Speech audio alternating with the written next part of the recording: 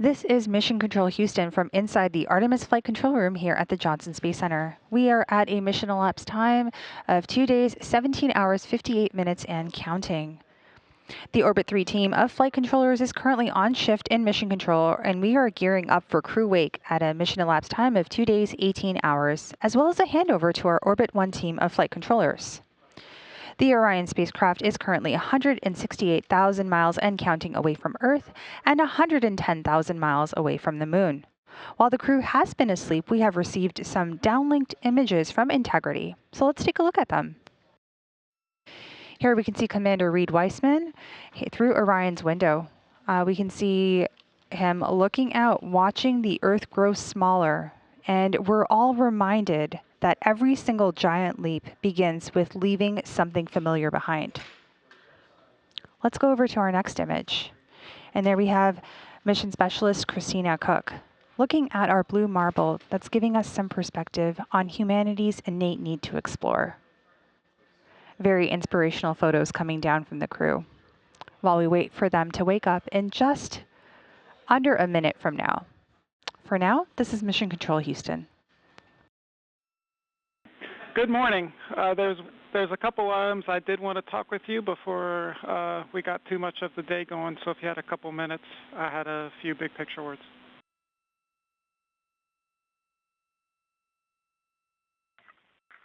Yeah, go ahead, Mike. Big picture today, we have canceled OTC-2 burn. We are replacing it with some maneuvers and a checkout of the wastewater dump. So at 18:35, about 30 minutes from now, we're going to maneuver to an attitude that will put the sun onto that wastewater vent line. We have increased the heater temperatures on the nozzle and the lines themselves, and we're hoping that if the problem is the freezing of the vent lines, why we couldn't do the wastewater dump last night, then this will give us a chance to see if we were able to solve that. This is Artemis Mission Control. Mission elapsed time, 2 days, 18 hours, 45 minutes into the flight of Artemis II, the first flight of humans aboard the Orion spacecraft. You're getting a live look outside Orion right now. The teams are maneuvering the spacecraft in the solar array wings. As you heard earlier, we are not having the outbound trajectory correction burn today. This was deemed unnecessary and has no impact to the mission or the lunar flyby.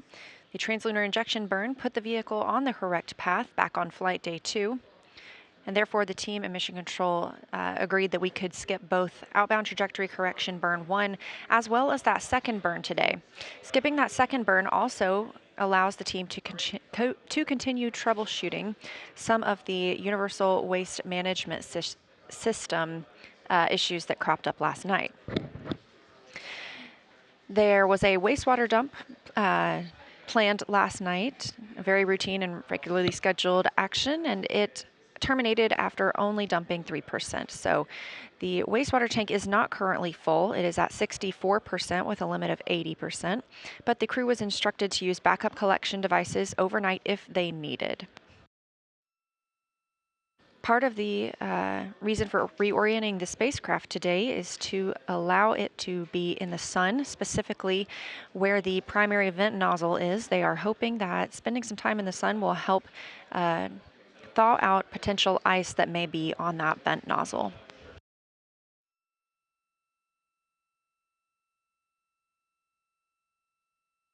Meanwhile, inside the Orion spacecraft, our crew just woke up. That wake up coming at 11:35 a.m. Central Time. We have a small request for you guys. With this attitude that we're using for the bakeout, we're getting the sun on the window shades, and we're a little worried about them heating up too much.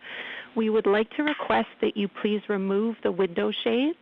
We understand that will make it awfully bright for you guys, and we want to encourage you to use a T-shirt in the cabin or something similar if needed to block out that sunlight. But the shades will help us with the temperature constraint on the windows.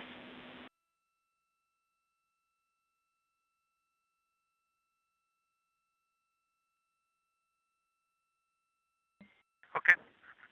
So we have our makeshift T-shirt on window 1. Is that one okay to stay up then, based on what you said? And we'll take off the window 2 shade. The other ones are already off. Okay, yep. That sounds great. Thanks, Chair. Huntsville, integrity for Avatar.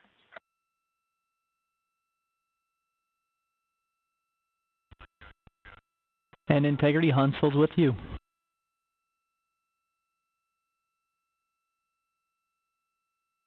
Yes, good integrity morning. I think it's an afternoon for you. Avatar lights to report. All lights are on, ON, except for 1515. Okay, we copy. Same status as yesterday. All lights on O1 except for 15. You recently heard a call from NASA astronaut Christina Cook, mission specialist on the Artemis II flight, down to the Mission Control Center at Marshall. This was to the Payload Operations Director, who leads science execution for the Avatar payload, which is specifically what she was referencing. Avatar stands for a Virtual Astronaut Tissue Analog Response. This is part of our strategy to get a holistic understanding of how the deep space environment affects humans. So this is organ-on-a-chip technology. It's about the size of a USB thumb drive, and it measures how individual astronauts respond to deep space stressors. These organ chips contain cells that were developed from pre-flight blood donations from the crew. For this research is to validate whether those organ chips can serve as accurate tools for measuring and predicting human response to stressors. So scientists will be comparing these Avatar findings with space station findings, as well as with those samples taken from the crew before and after the flight. Hello, Houston. We are ready for morning DPC. Just a few things. We heard a rumor up here that it is actually Saturday back on Earth. We have definitely lost track of the days. We are showing 151,476 nautical miles from Earth, and it's going up about 1 mile every second, which is still a pretty impressive rate of travel. And thanks to your ops down there, we have got the sun beaming in all the windows. Morale is high on board. And looking out window 3, you can see a beautiful crescent Earth with the sunlight glinting off of the ocean and the swirling clouds. It's just a truly remarkable sight. We are ready to talk. Gorgeous, Reed. We love that description. And first off, thanks to the Integrity crew for working on the weekend. So are we, but we are happy to do it. I want to start by asking if you would like to turn on the HHP camera for DPC, because if so, we'd love it.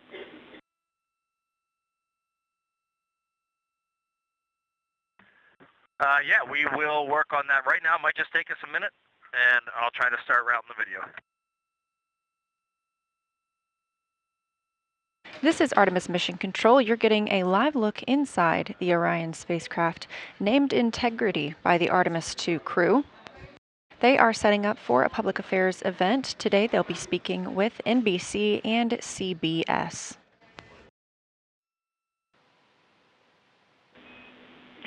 Integrity, this is Houston. Are you ready for the event?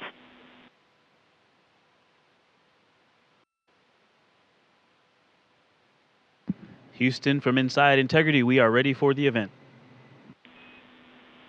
NBC News, this is Mission Control Houston. Please call Integrity for a voice check.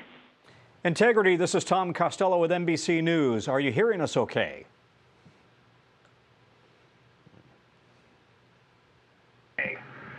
Hey, Tom, it's great to hear your voice all the way up here, 155,000 nautical miles from Earth. How are you doing? I'm well. Congratulations on your mission so far. I'm told this is the farthest interview ever conducted in history, and I'm wondering, how does it feel right now to be in a place that nobody has been since 1972?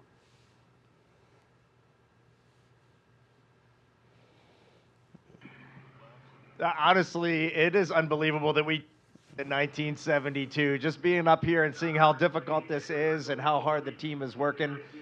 We do have a little bit of echo on your call. We'll try to turn it down when we're answering, but this is a magnificent accomplishment to be up here, to see the moon, to see the Earth, and to know that we are between those two celestial bodies, and you can see it when you look out the window. The Earth is almost in full eclipse, the moon is almost in full daylight, and the only way you could get that view is to be halfway between the two entities. It is truly awe-inspiring up here. I think as we go into Easter Sunday, thinking about, all the cultures all around the world, whether you celebrate it or not, whether you believe in God or not, this is an opportunity for us to remember where we are, who we are, and that we are the same thing, and that we got to get through this together.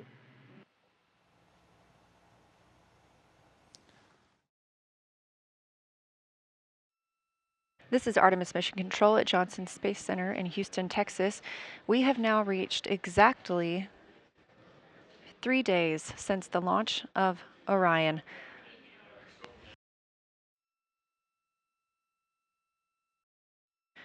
You just heard the call to the crew that the solar arrays are in motion ahead of taking a photo.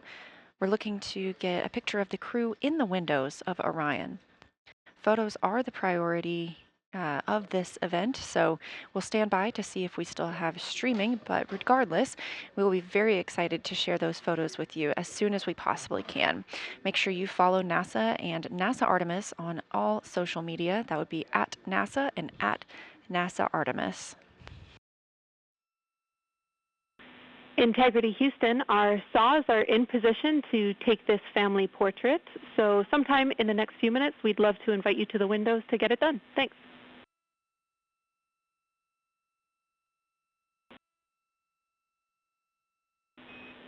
All right, everybody, we're taking the picture, so say cheese and stay still for about 30 seconds while we perform this photography bracket from the saws.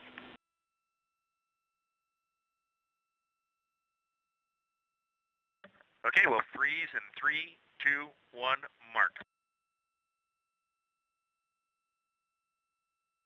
The Integrated Communications Officer, or INCO, is helping take this picture of the crew aboard the Orion spacecraft, now all smiling in the windows of the place they've called home. We've had some great views both inside the spacecraft as well as outside, but this is the first time that we're getting to see the crew and the spacecraft in the same photo. As mentioned previously, we are taking pictures right now, so the streaming quality isn't as great. We look forward to sharing these pictures as soon as we possibly can, and make sure you follow NASA and NASA Artemis on social media. It's taken a little longer than we thought. Thanks for holding. All right, everybody can relax. That was great. Thank you so much. We all look forward to getting your Christmas card come December. Thanks. On your screen, a live view of the Orion spacecraft looking at the moon, our destination, now 96,575 miles away.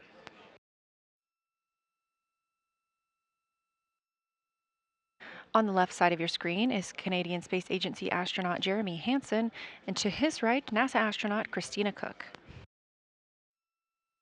During this demonstration, the crew will be able to manually pilot Orion once again and test its 6 degree of freedom and 3 degree of freedom. If you look closely in the background, you can see NASA astronaut and pilot Victor Glover filming part of this demonstration. All right, and just giving you some handling qualities here for the yaw. Everything was nominal. I noted that with this warp mount, it does have some play in it as we knew, and so just applying some downward force to try and make sure you don't get coupling is required, but that's fine, that's workable. And then we had a little bit of coupling and roll, in both in the same direction on that one. So we had about 4 degrees of roll through the 20 degrees of yaw. Copy all.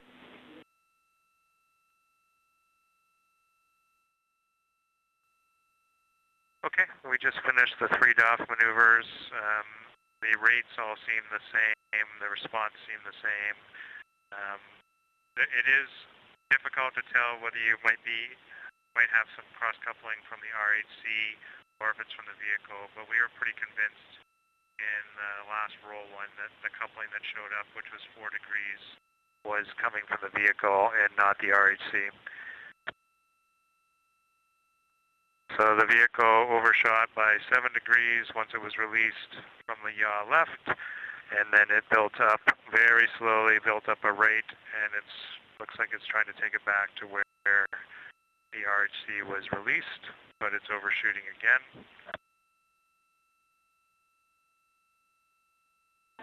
Copy all.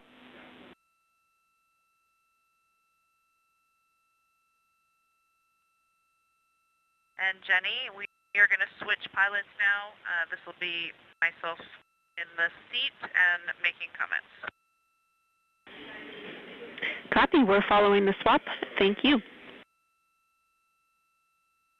And currently on your screen, you can see CSA astronaut Jeremy Hansen and NASA astronaut Christina Cook swapping places as they continue through the manual piloting developmental flight test objective.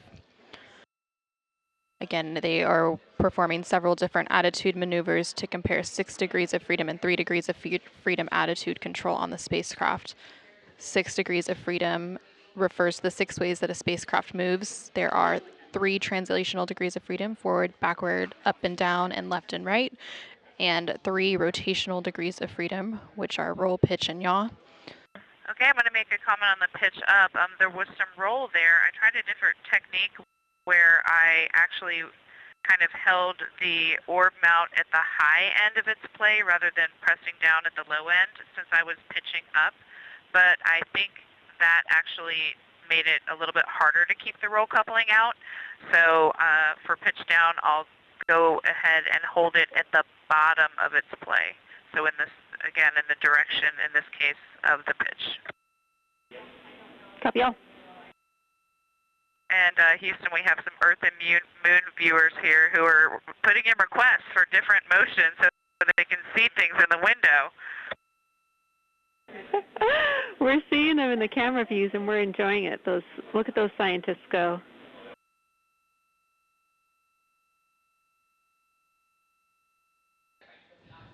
Not too long ago, they did surpass the 2/3 mark as they continue to close in on the moon, and they are expected to make that closest approach and their lunar flyby on flight day 6 coming up on April 6th.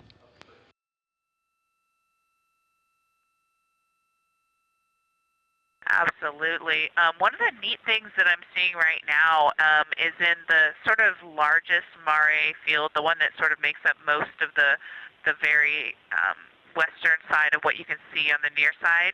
There is a giant, it's much more obvious now that one of those mares is a huge basin because it's just right now it's kind of at the 1 o'clock position. And I don't know the name of that big one. It's basically just west of where Serientatis and Tranquillitatis are, but it is phenomenal. And the moon we are looking at is not the moon you see from Earth whatsoever.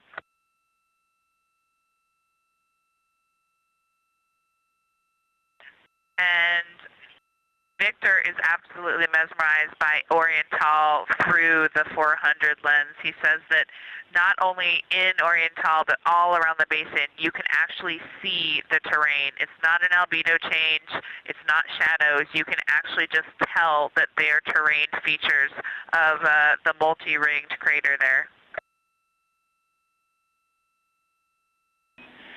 Christina, we copied all of Victor's Oriental observations. That sounds amazing. And we think, based on your description of the basin that you saw, that is Imbrium.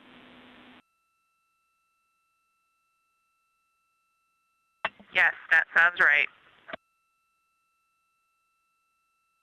I've never noticed that Imbrium has such a distinctive high albedo ring defining it.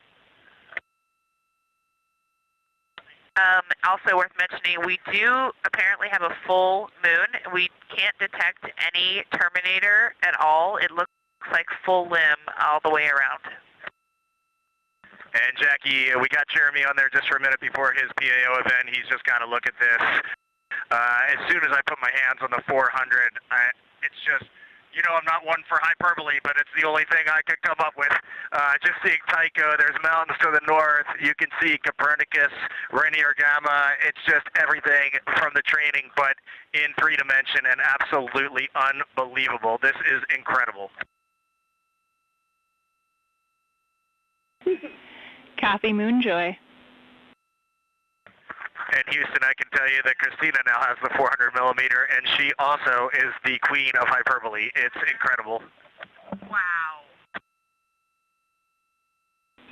Kathy, Christina doing her best read impression at the window. Yeah, I just wanted to make one kind of correction to what I mentioned before. I do think that we have a terminator. It is on the far western edge. It's not actually a limb. It was on the terminator all along what it's basically almost in the same places where you would imagine the limb to be. But it's very high albedo, as you would expect from the far side, and you can see the topography all along the terminator. It's awesome. Houston, integrity for altitude reference change moment. Go ahead.